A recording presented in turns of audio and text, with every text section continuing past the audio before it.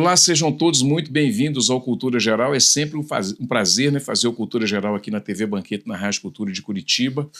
Hoje, a gente com mais uma pauta super especial. A gente vai falar de saúde mental na atualidade, e fica esse tema mais aberto para a gente poder discorrer sobre essa condição, né, que estamos todos colocados nela, né, nessa modernidade e nesse modelo de sociedade do desempenho. É com prazer que a gente recebe hoje a Simone de Molinari para a gente tratar desse assunto, psicanalista, já teve no programa de rádio também, né? Vou citar aqui a 98, que ficou aí por muito tempo, né, discutindo essas pautas, essas questões, né, da vida cotidiana das pessoas, mas hoje a gente vai tentar aprofundar um pouco mais, principalmente no campo da psicanálise, para entender um pouco mais de como que isso aparece no consultório, né, que como psicanalista tem uma gama muito grande de atendimentos, né? E isso acaba trazendo também um conhecimento muito grande, tanto intelectual, mas também acadêmico, para que a gente possa também mostrar para as pessoas que as pessoas também possam, de alguma sorte, em algum momento, entender o que está acontecendo com ela também, ou com a sociedade de uma forma geral. Simone, é um prazer te receber, seja muito bem-vinda. Depois de... Como é que você falou comigo? Você já demorou para responder uma mensagem, mas 5 anos foi a primeira vez. Mas eu acho que tá tudo tão corrido na nossa vida que a gente acaba trombando com essas impossibilidades também, né? Seja muito bem-vinda. Muito obrigada, Ederson. A gente até explicar que é porque você me mandou uma mensagem há 5 anos Isso. E só agora nós estamos realizando, Isso. Mas foi um equívoco ali. Eu não sou muito boa de rede social. Mas e isso aí ficou lá. Aliás, rede social eu acho que vai ser um bom assunto aqui para a gente também. Vai ser um ótimo assunto. E outra coisa que é mais importante nessa questão de redes sociais e de barra de rolagem, né? Que realmente, assim, você manda uma mensagem, às vezes até eu esqueço que eu mandei, às vezes a pessoa me retorna e fala comigo assim: você me convidou e tal, mas a barra de rolagem vai acontecendo, porque muitos convites também acontecem pelo Instagram. Então isso é uma coisa, eu acho que hoje está ficando uma coisa até natural, né, de acontecer, né? Tá natural de acontecer, e eu penso que as pessoas têm se ofendido menos. Sim. Quando não há retorno, porque antigamente você pensava, não respondeu a minha mensagem, agora eu acho que todos estamos sofrendo desse mal, uma impossibilidade frente ao número de demanda que nós temos durante o dia, a semana, o mês. Exatamente. Então vamos entrar no tema. Simone, é sabido, e todos os estudos científicos, né, baseados no comportamento humano têm mostrado que a gente tem sofrido, não que a gente tem sofrido mais, eu acho que o sofrimento até não aumentou tanto assim, mas o entendimento desse sofrimento, sim. O diagnóstico desse sofrimento, sim. E a gente tem hoje uma clara evidência assim, de que as coisas que a gente sofria antigamente, elas têm nome e têm lugar, né? E tem também situações que são colocadas que hoje as pessoas também não aceitam tanto como aceitavam em outras épocas. Essa modernidade líquida que a gente discute muito tempo aqui no programa, que a gente fala sobre isso, tem a ver com esse sofrimento mental que a gente está vivendo hoje, nesse contexto atual? Pois é, você colocou 2 ideias interessantes, a meu ver. Uma é a modernidade e 2 são os diagnósticos que ficavam ali à deriva, ninguém conseguia mapear de fato o que aquele indivíduo tinha, portanto, ele continuava em sofrimento devido ao não diagnóstico. Então, a atualidade, Ederson, eu penso que sim, ela contribuiu, e não quero de forma alguma demonizar a modernidade, a tecnologia, porque penso que ela veio para nos auxiliar tantas facilidades, né? Entretanto, se você fizer uma comparação, e se você fizer uma comparação não tão antiga, eu não sei você, eu escrevi carta. Então, o exercício que você tinha ao escrever uma carta, postar a carta e não não tinha aviso de recebimento, portanto, você não sabia se estava sendo recebido por aquela pessoa ou não, e muito menos se haveria uma resposta. Então, se você pensar bem numa análise mais profunda, já havia ali um exercício de paciência que você tinha forçosamente que ficar ali segurando. Nem podia ter ansiedade, porque você não sabia se ia receber. O dia que você recebia a carta em resposta era uma alegria. Esse exercício que você tinha de espera, ele não deixava de ser uma forma de nos educar para a paciência, para a tolerância. E aí veio, primeiramente, o fax, que você colocava aquela folha, saía lá no Japão, concomitantemente. Depois veio o e-mail, as mensagens e tudo numa velocidade, sem barreira, sem fronteira. E aí, se você não obtém uma resposta, o que a gente disse aqui na abertura do programa, como a minha expectativa desejaria, você já cria ali uma ansiedade ou uma neurose. Não me respondeu por quê? Porque eu estou esperando, mas a pessoa está online. Então, essa modernidade, sob esse viés, a gente pode olhar sobre vários, mas sob esse aspecto em especial, como dizer que isso não contribuiu negativamente para ir embora o exercício de paciência e, no lugar, vir o exercício da impaciência e intolerância? Então, acredito que sim, que contribuiu e substancialmente para que isso acontecesse. Então, a modernidade tem muito mérito e muita coisa positiva, e eu faço uso dela, e não deixa de ter também um lado negativo. Simone, tem os estudos da ONU, dos países filiados, colocam quase 200 países filiados à ONU. Em uma pesquisa, eles mostram que 10% dos ansiosos do mundo estão no Brasil. O resto se divide para os outros 189, 199, 189 países filiados à ONU. Mas 9,8%, quase 10%, mas praticamente 10% dos ansiosos desses filiados da ONU estão no Brasil. A gente pode, até pela experiência, obviamente que aqui não tem nenhuma pretensão nem de esgotar o tema e nem de acertar 100% do tema, mas a gente, pelo menos, dentro da experiência que você tem de consultório, como que a gente pode pensar esse nível de ansiedade que a gente tem hoje, dadas as expectativas que são criadas através do sonho do outro, através do processo de alteridade, que é aquilo que as pessoas esperam né? As crianças hoje com uma agenda mais complicada do que de adulto. Às vezes a criança sai da escola, tem balé, o outro tem futebol, tem natação, tem inglês, tem mandarim, tem não sei o quê.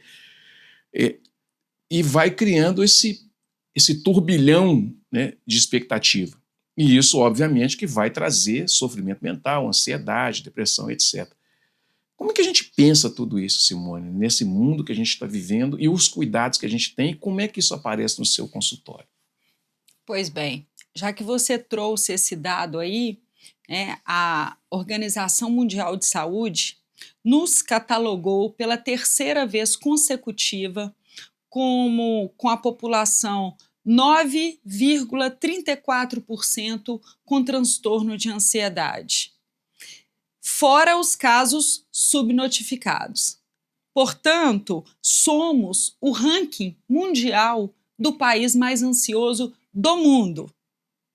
Então, você pensa, uma população muito ansiosa. Eu não conseguiria, Ederson, fazer um estudo aprofundado de todos os itens que compõem esse diagnóstico para nos colocar, encabeçar esse ranking.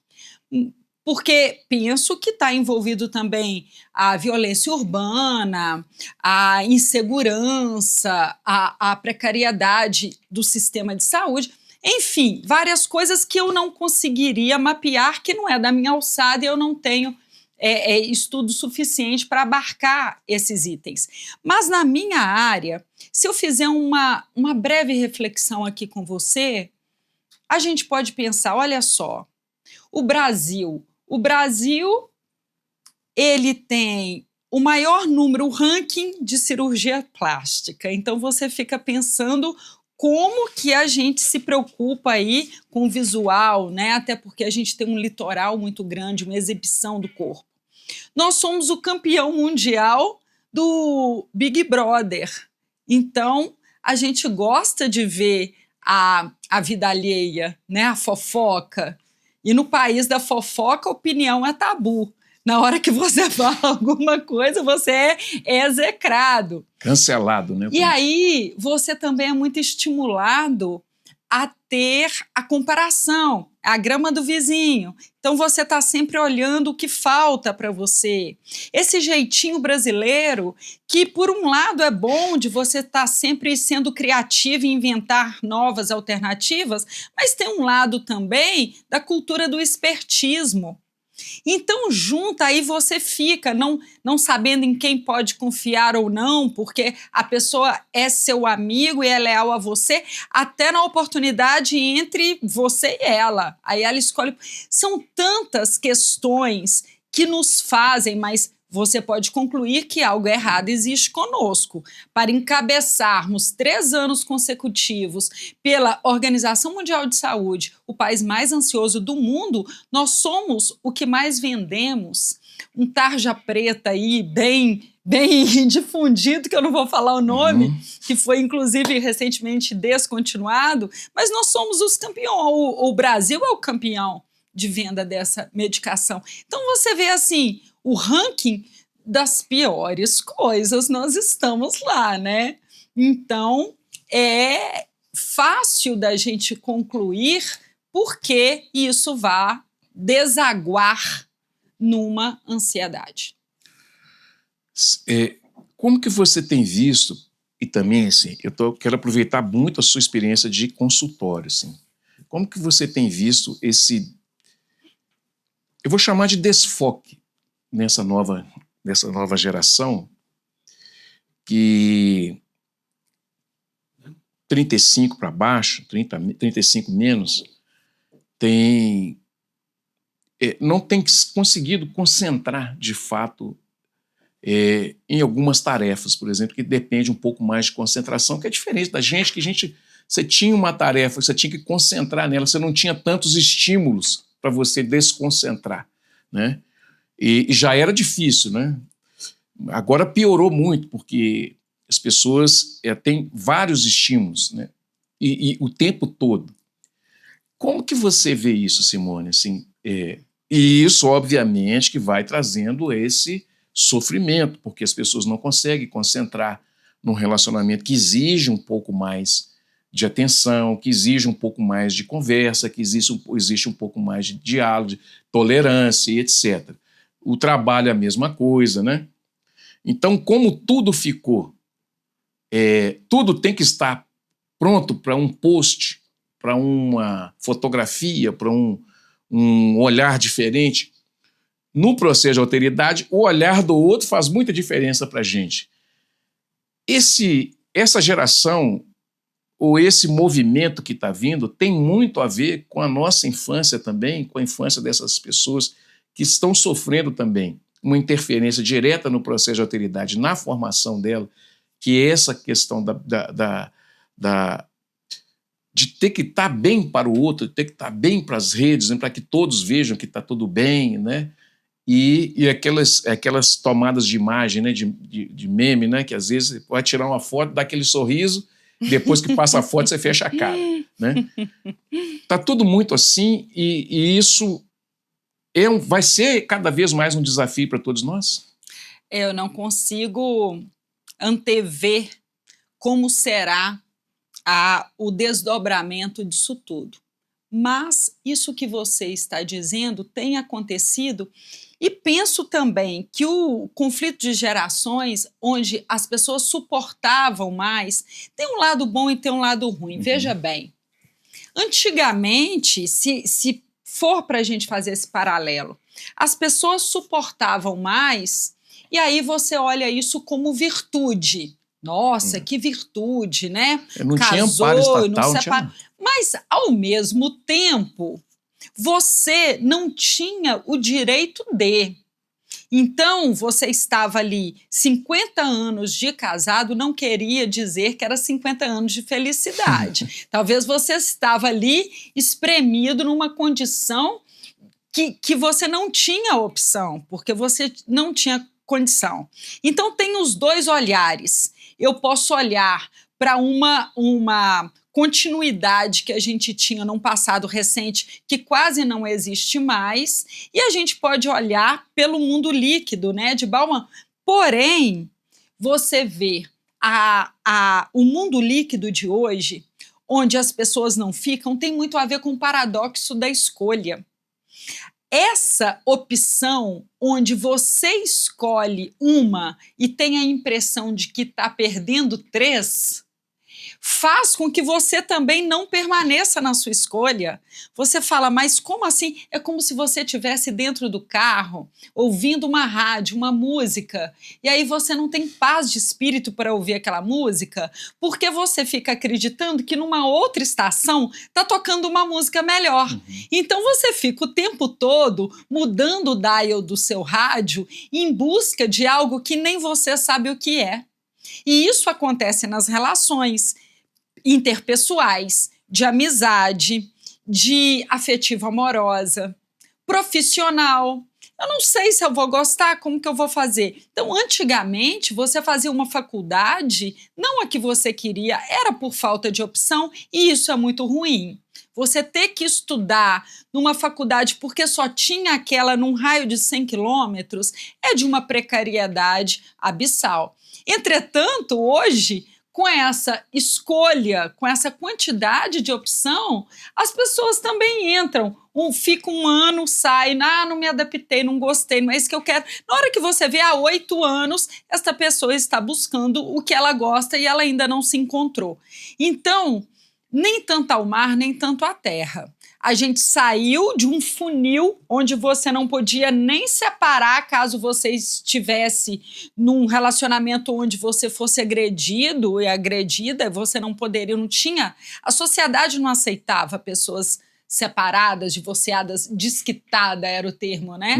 E hoje em dia parece que você é visto com uma atração zoológica. Na hora que você fala, eu tenho 40 anos de casamento, a pessoa, não, mas não é possível.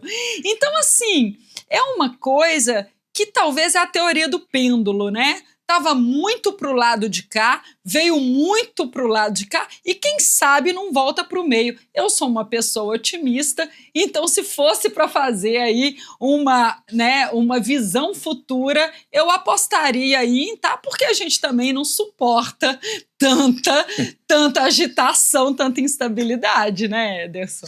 Muito bem. Vamos encerrar o primeiro bloco? Vou encerrar o primeiro bloco, esse bate-papo super importante aqui com a Simone de Molinari. A gente está falando um pouco dessa questão da sociedade mesmo, uma sociedade volátil que a gente tem vivido, né? Um minutinho só, não saia daí, nós estaremos de volta aqui na TV Banqueta e na Rádio Cultura de Curitiba.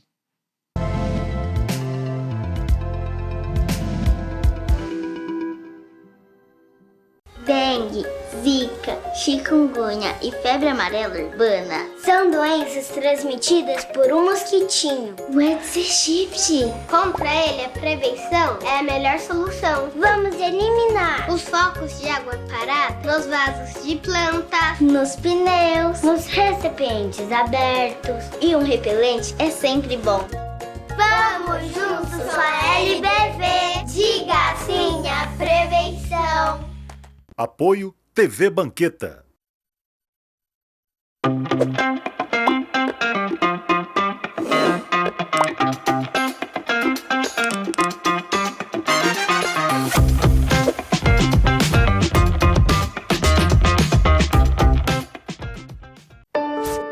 Sonhos cabem no papel, mas podem se tornar realidade. Eles crescem com apoio e investimento no presente. Educação para todos é o que inspira a LBV a buscar um futuro melhor para milhares de crianças e adolescentes. Acredite nesses sonhos. Apoie suas realizações. Quando a LBV ligar, diga sim!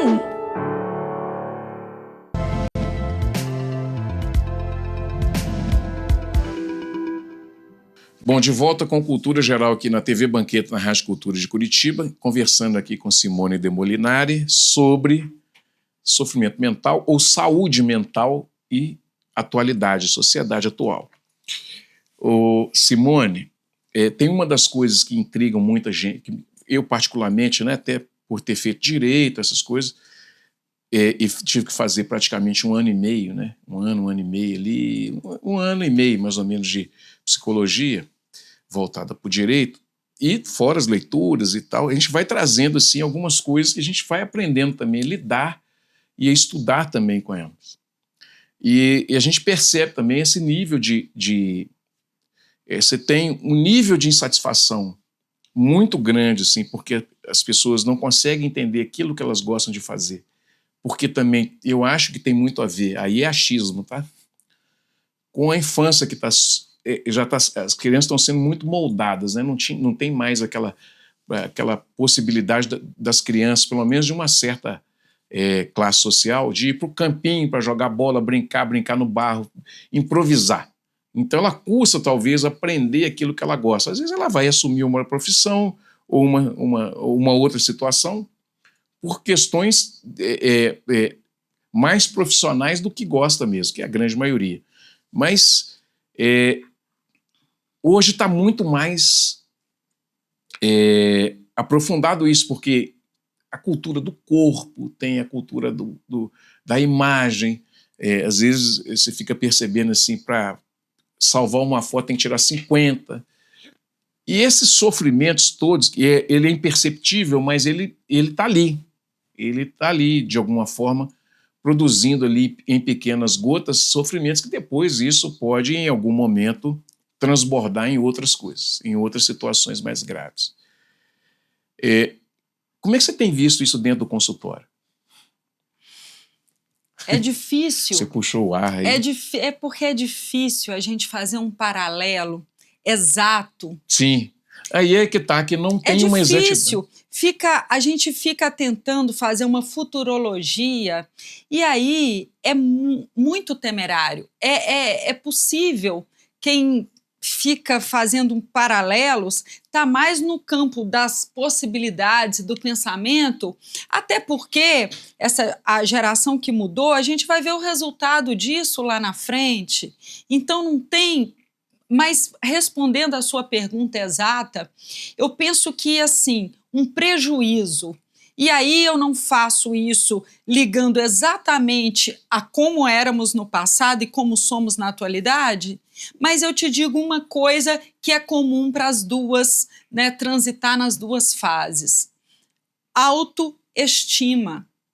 E aí, Ederson, vou te falar uma coisa até triste, porque assim, a gente que vê, né, tá sempre vendo cortes, rede social, e eu vejo muitas pessoas definindo a autoestima como uma coisa de imagem. E autoestima não é a imagem. Se você definir a palavra autoestima, é a estima, valor. É o valor que eu tenho de mim mesma. Portanto, um indivíduo que é afetado pela comparação, pela atualidade, ou por uma infância do passado com pouco afeto, porque pode ser os dois lados. A gente pode ir na velha geração, na nova geração, que eu acho que esse ponto da autoestima é incomum. Pode gerar uma baixa autoestima. Autoestima sendo o juízo de valor que eu tenho a meu respeito. Então, como é a minha autoestima? Como eu penso sobre mim? É como se você definisse uma autoestima ser uma espécie de jogo interno onde não aceita maracutaia, não aceita roubo, e por mais que eu fale para você, eu estou super bem, minha autoestima é alta, mas isso é da boca para fora. O para dentro é que comanda. A autoestima é um termômetro interno. Não tem a ver com beleza, não tem a ver com a sua conta bancária. Claro que não pode faltar, né? Porque aí a pessoa nem pensa em autoestima, está pensando ali o que eu vou comer hoje. Mas não tem a ver com os milhões sobrando, não tem a ver com beleza. Beleza tem a ver com vaidade, beleza é para fora. Autoestima é para dentro, tem a ver com o juízo de valor que eu tenho a meu respeito. Isso quer dizer, se eu prometo para mim e cumpro, minha autoestima sobe. Se eu prometo para mim e não cumpro, minha autoestima cai. Então, a gente pode ir na velha criação e na nova criação com um leque de oportunidade. A única coisa que eu falaria, assim, a minha experiência empírica também me diz isso, a do consultório. O que mais prejudica? Qual a maior queixa num consultório, num set psicanalítico hoje?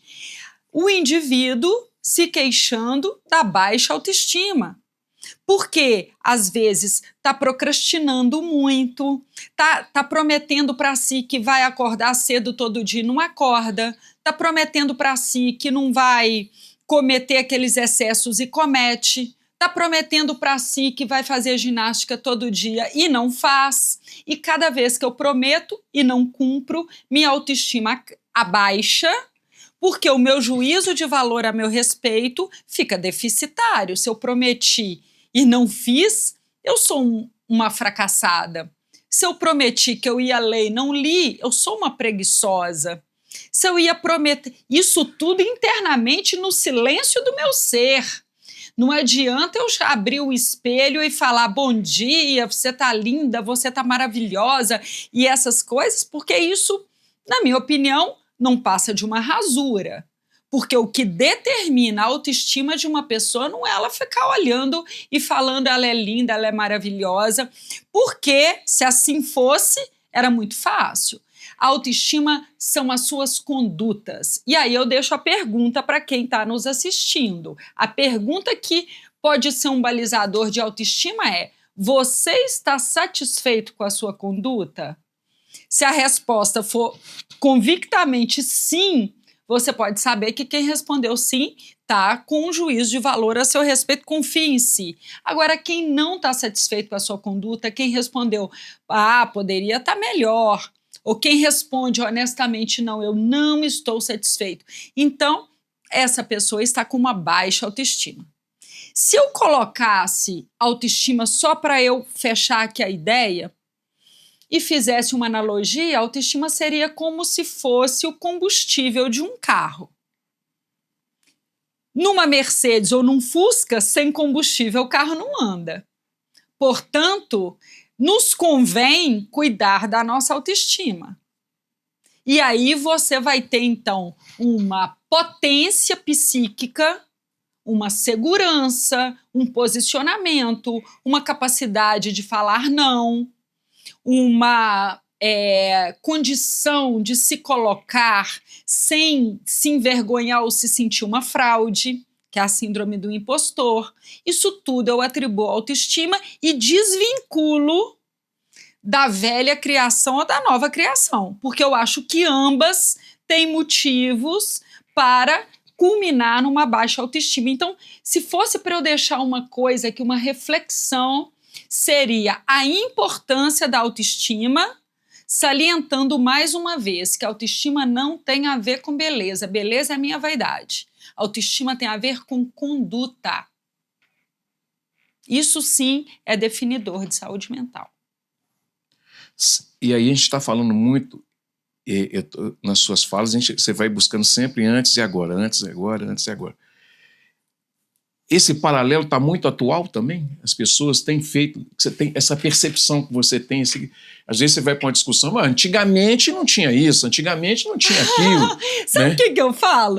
Eu falo quando a gente fica muito fazendo alusão antigamente, é um sinalizador de que a gente está velho. Sim. Porque o que você tem, na verdade, é só a atualidade, sendo ela boa ou ruim. Se ela é boa, ótimo. Se ela é ruim, é ela que nós temos. Temos que obrigação de fazer ficar boa. Sim, exatamente. E aí tem essa dualidade, tem essas questões que são colocadas. E as pessoas... Eu falo que a nossa geração, ela foi aquela geração que meteu o pé na porta para a tecnologia e entrou e aí virou esse banzé aí. A gente vai ter que lidar com ela de qualquer forma, né? Mas tem muita gente que ainda tem dificuldade de entender os filhos nesse contexto. Então, por exemplo, essa questão da digitalização, da entrega do telefone, dessa cumplicidade que a pessoa tem com a sua própria incapacidade de lidar com esses desafios sociais atuais, e às vezes quer, porque também está muito cansado, está muito sugado e tal, e aí está lá com o filho praticamente está digitalizado. Né? E aí fica naquela dicotomia. O que eu faço? Aí vai sobrar no consultório. Né? Vai sobrar no consultório. Vai.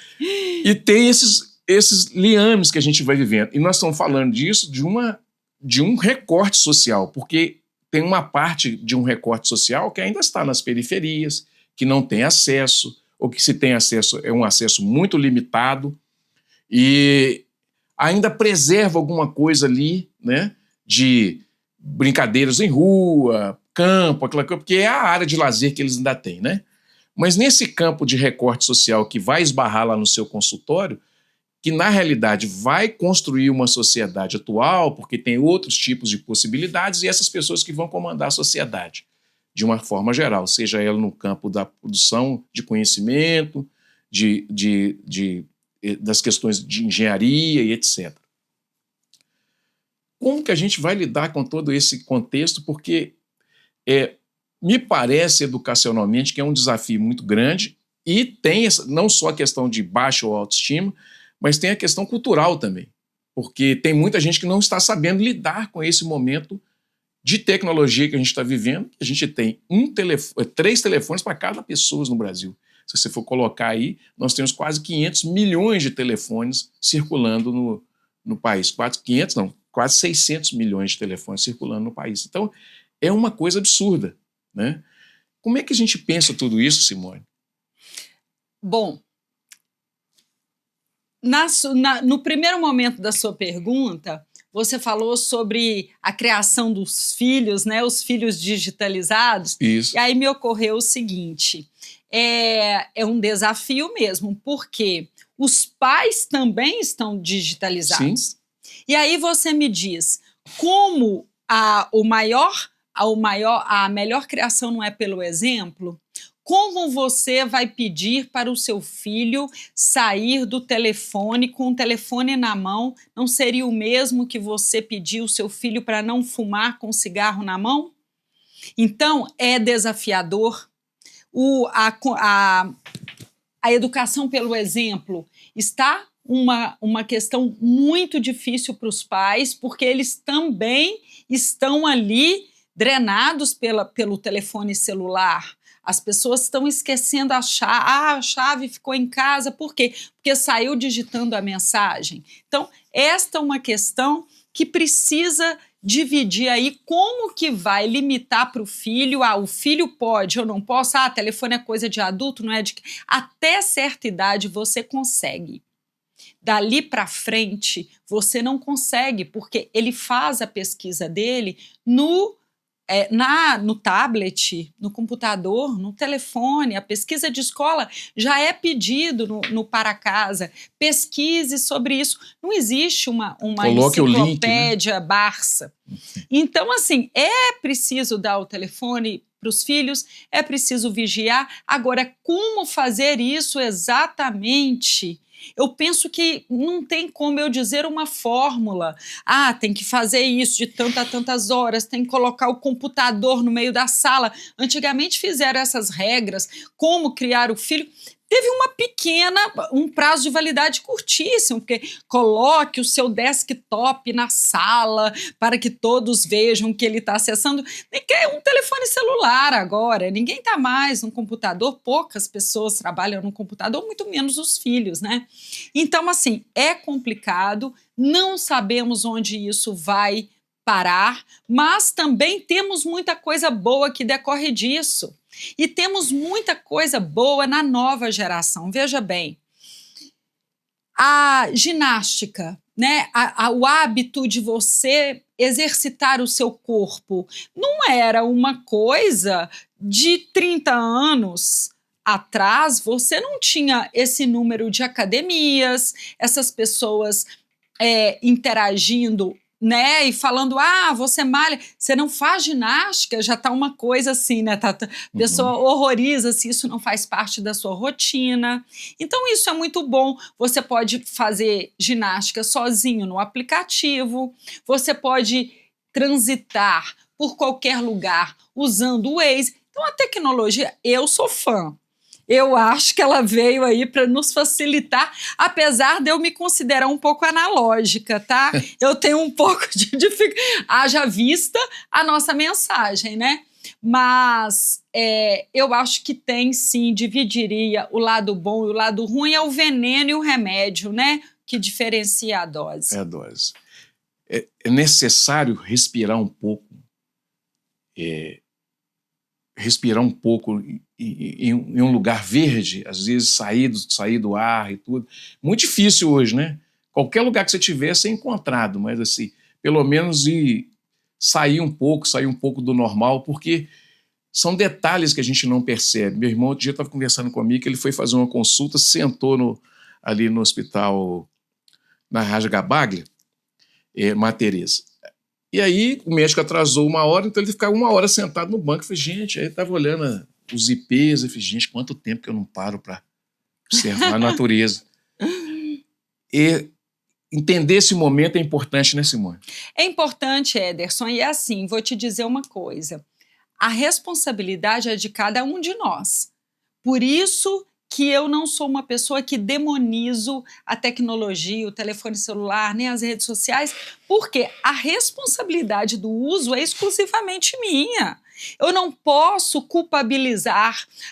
E o álcool é um veneno, é terrível. Quem pega o álcool e coloca na boca sou eu. Então a responsabilidade em dosar é minha. É claro que eu tenho um supermercado de ofertas traiçoeiras me seduzindo, e aonde eu vou tem um Wi-Fi. Agora, se eu não quero responder o telefone, também tem modo avião, tem não perturbe, tem como eu colocar. Agora, se eu não dou conta de segurar a minha dependência, ou tecnológica, ou seja, qual ela que for, eu não posso colocar a culpa no objeto da minha dependência. E aí o indivíduo, ele precisa olhar para si. Ele precisa se responsabilizar dos seus excessos. Ele precisa... Eu tenho recebido na atualidade, né, falando das questões de tecnologia e atualidade, muitas queixas de pessoas que desencadearam oniomania. Se trata de uma compulsão em compras, sobretudo online, porque a facilidade é muito grande, né? Você tem o shopping center de todo lugar do mundo, inclusive fora do Brasil, nas suas mãos. E aí você vai fazendo compras, dorme, esquece daquilo, chega na sua casa, o seu cartão de crédito explode. Agora, quem é o culpado? É o computador que desenfreou uma compra? Não, foi o meu dedo. Então, assim, o indivíduo precisa ter essa consciência de que o poder está na mão dele. E cada vez que ele culpabiliza o outro, isso vai de computador até pessoa. Numa relação interpessoal, pobre de mim, você me roubou.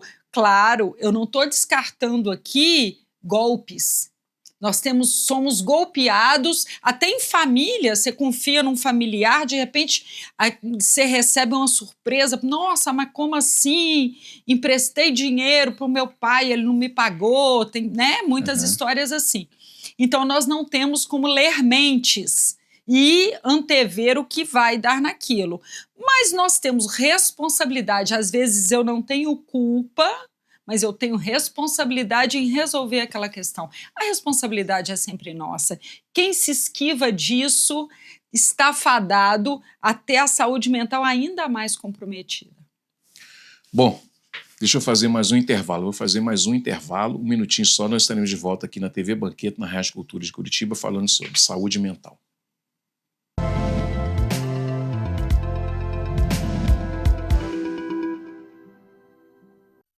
Dengue, dengue, zika, chikungunya e febre amarela urbana são doenças transmitidas por um mosquitinho, o Aedes aegypti. Contra ele, a prevenção é a melhor solução. Vamos eliminar os focos de água parada nos vasos de plantas, nos pneus, nos recipientes abertos. E um repelente é sempre bom.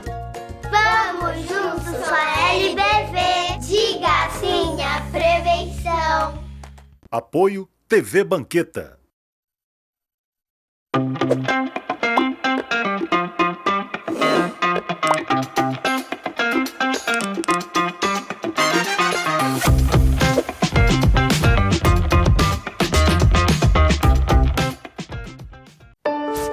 Sonhos cabem no papel, mas podem se tornar realidade. Eles crescem com apoio e investimento no presente. Educação para todos é o que inspira a LBV a buscar um futuro melhor para milhares de crianças e adolescentes. Acredite nesses sonhos, apoie suas realizações. Quando a LBV ligar, diga sim!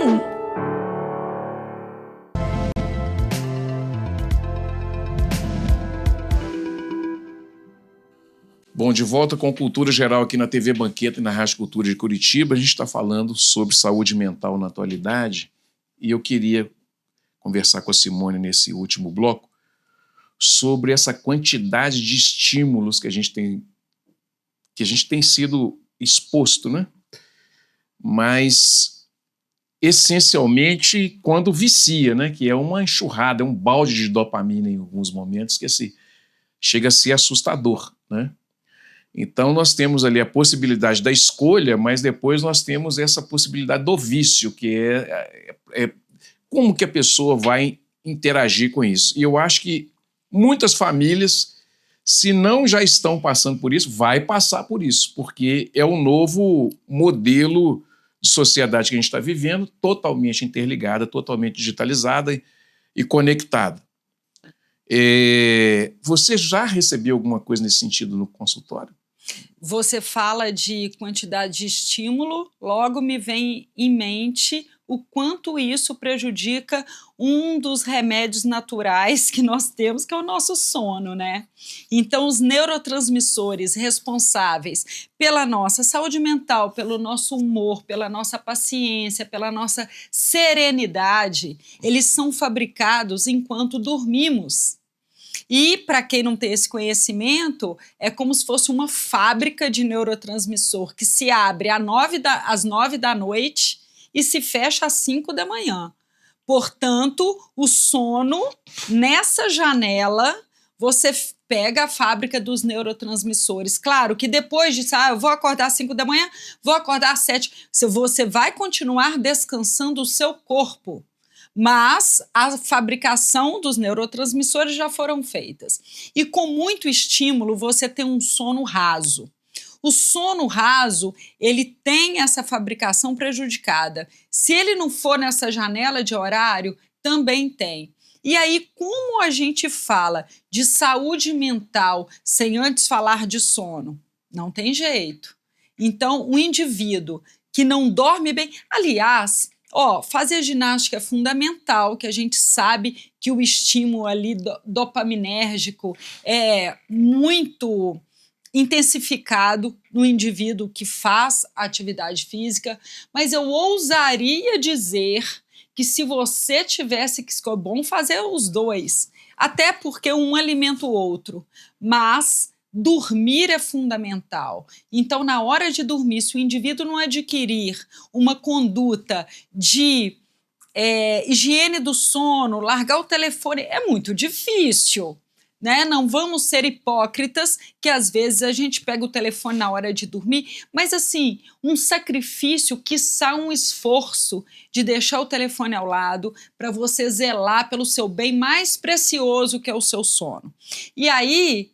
quando você pergunta quando essa hiperexposição vira um vício, só vem em minha mente mais uma questão que é o desenvolvimento da inteligência emocional, que eu diria como solução desse imbróglio todo que a gente falou aqui. Ok, um monte de problema, um monte de situação que vai nos puxar para baixo.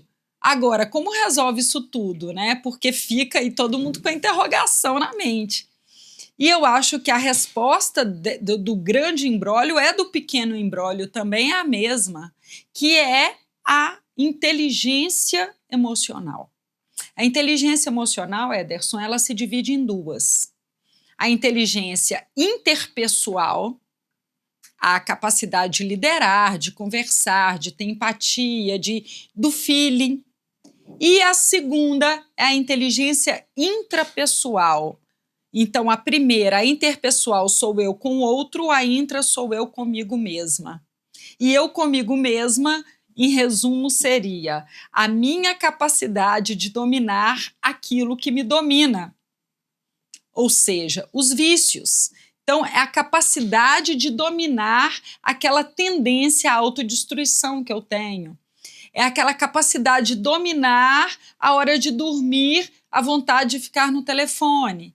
É aquela capacidade de dominar aquele algo a mais que você quer fazer que já esbarra no excesso. Então, o indivíduo, qual é o indivíduo que está com a sua saúde mental em dia, bem organizado? É aquele indivíduo que não procrastina, que procrastinar é um dreno de energia psíquica, um gerador de ansiedade, e o indivíduo que está cuidando da sua saúde emocional e procurando dominar todas as condições autodestrutivas que tentam o dominar.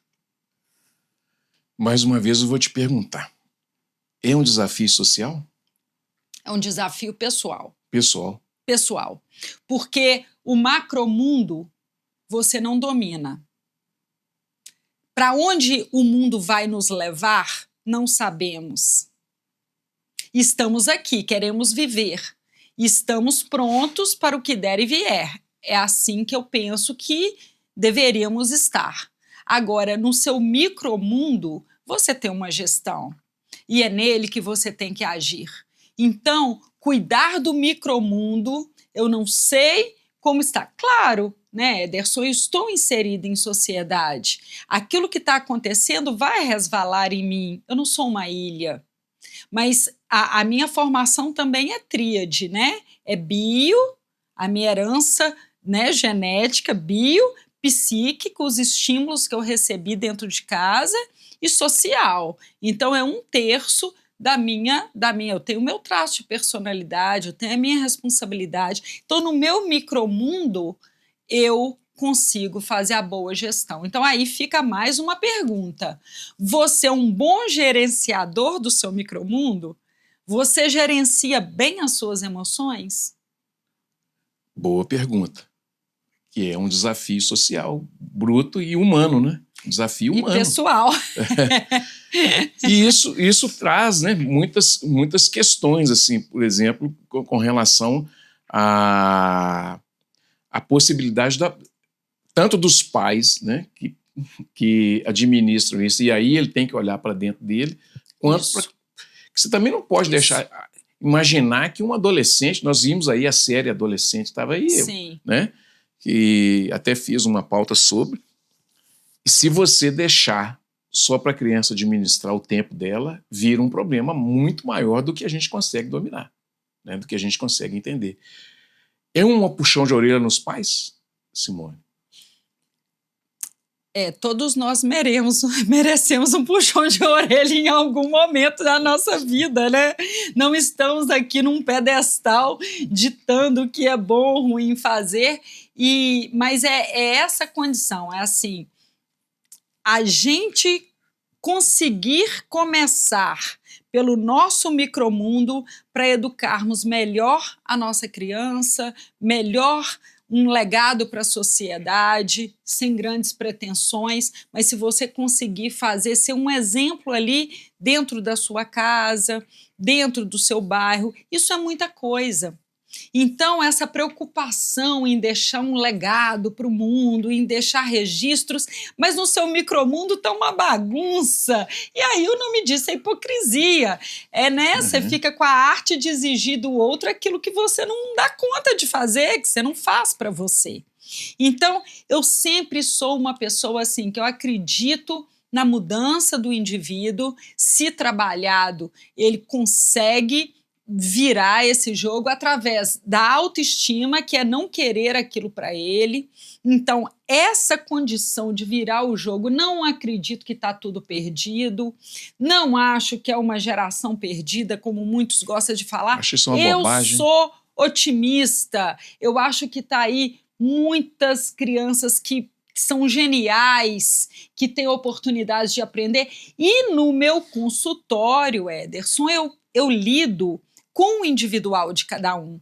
Então, você tem milhões de seguidores no Instagram, você é um influencer, mas você está ali num quadro depressivo, com ideação suicida e numa condição de sofrimento que as pessoas que estão te vendo ali nem sonham que aquilo pode estar acontecendo com você. A se ver, números de artistas que você já viu deixando o palco ou fazendo depoimentos e dizendo, olha, eu tive uma síndrome do pânico, eu larguei minha carreira por 2 anos, eu fiz isso. Eu acredito que esse depoimento de pessoas públicas nos ajuda muito, porque a pessoa fala, poxa, se ele está assumindo que é assim, a pessoa que eu estou vendo ali, que é milionária, que é endinheirada, que tem muitos fãs, está passando uma síndrome do pânico, é quase que autoriza o indivíduo a se ver naquele ídolo e assumir. Porque o que a pessoa quiser dizer, fulano de tal é isso, fulano é aquilo. Quem tem um consultório, como eu tenho, e vê os bastidores da vida, eu cito aquela música do Frejá, não sei de autoria que se é dele ou não, mas O Poeta Está Vivo, todo mundo é parecido quando sente dor. Então, dentro de um consultório, a depressão é impiedosa. Ela não alivia alto, baixo, novo, velho, pobre, rico, bonito, feio.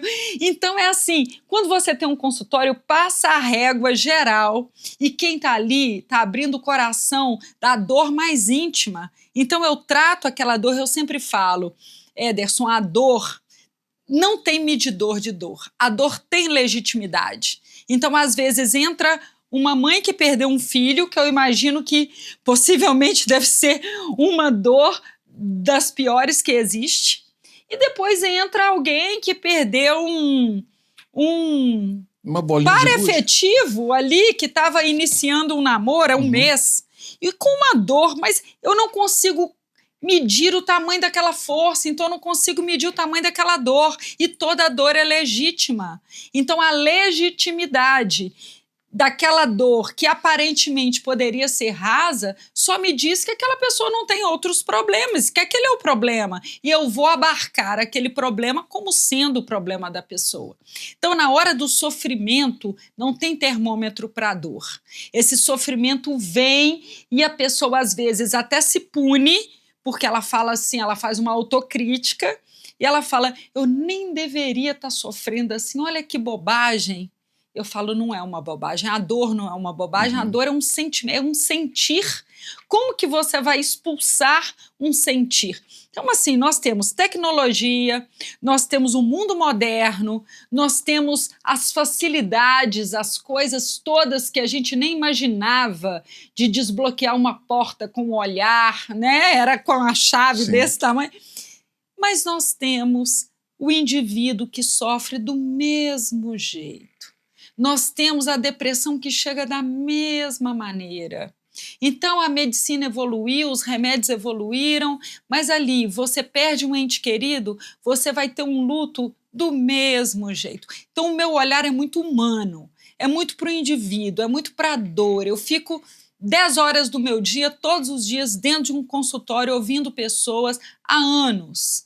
E eu vejo ali como que uma pessoa que pode ter tudo externo frente a um sofrimento, é como se ela não tivesse nada. Aquela dor, ela toma. Então tem umas pessoas que tem um meme na internet que fala assim: eu prefiro chorar em Paris do que chorar em Belo Horizonte. Mentira, o bom é rir. Agora, se você for rir em Paris, talvez seja um pouco melhor.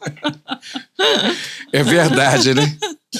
Bom, gente, chegamos ao final do programa Cultura Geral, esse bate-papo super, super agradável, né? Com essa... Foi esperado o que a gente tinha em mente aqui discutir.